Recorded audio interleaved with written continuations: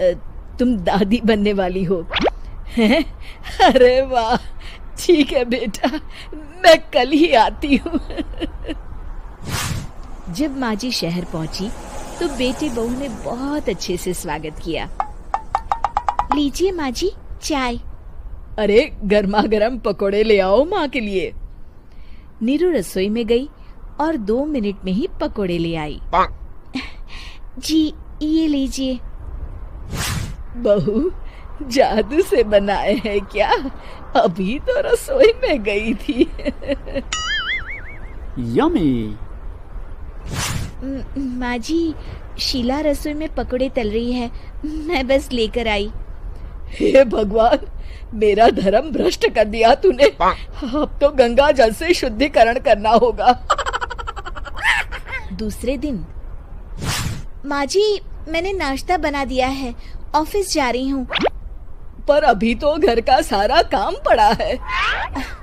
शीला आती ही होगी, झाड़ू पोछा बर्तन कपड़े वो सब कर लेगी। हमारे जमाने में घर का सारा काम हम ही करते थे। जी माँ जी आप बहुत होशियार हैं, मैं घर ऑफिस दोनों नहीं संभाल पाती। तो जरूरत क्या है घर से बाहर जाकर चाकरी करने की? वैसे भी घर का काम खुद करने से घर में बरकत आती है, समझी? पर माँ जी। पर वर कुछ नहीं, इस महीने की पगार मिले फिर ऑफिस बंद। हाँ। रात को नीरू तेजस से कहती है, सुनिए जी, माँ जी बोल रही थी कि मैं नौकरी छोड़ दूं। वैसे ठीक ही तो है, अभी तुम्हें आराम की जरूरत है। फिर भी आराम कहाँ, शीला को छुड़ाने के लिए बोल रही थी। तो अब 24 घंटे में इतना काम तो कर ही सकती हो। पर जॉब पसंद है मुझे, घर पर मन नहीं लगेगा। अगले दिन जब दोनों ऑफिस के लिए निकल रहे थे, मेरी तो कोई कीमत ही नहीं है इस घर में। माँ जी आजकल महंगाई बहुत है, रहन सहन भी बदल गया है, दोनों नौकरी करते हैं तभी ठीक रहता है। अच्छा, तू कहना क्या चाहती है? मेरा बेटा तुझे बिठा के खिला नहीं सकता? तू ही इस घर का खर्च चला रही है, हैं? नहीं माँ जी, मेरा वो मतलब नहीं था। मतलब खूब समझती हूँ, ये बाल धूप में सफेद नहीं किए मैंने। हाँ। अब तो ये रोज का काम हो गया था। तेजस भी रोज की झिकझिक से परेशान हो गया था। एक दिन उसने कहा, नीरू वैसे भी तुम्हें मैटरनिटी लीव मिलने वाली है, तो अभी से ही छुट्टी ले लो।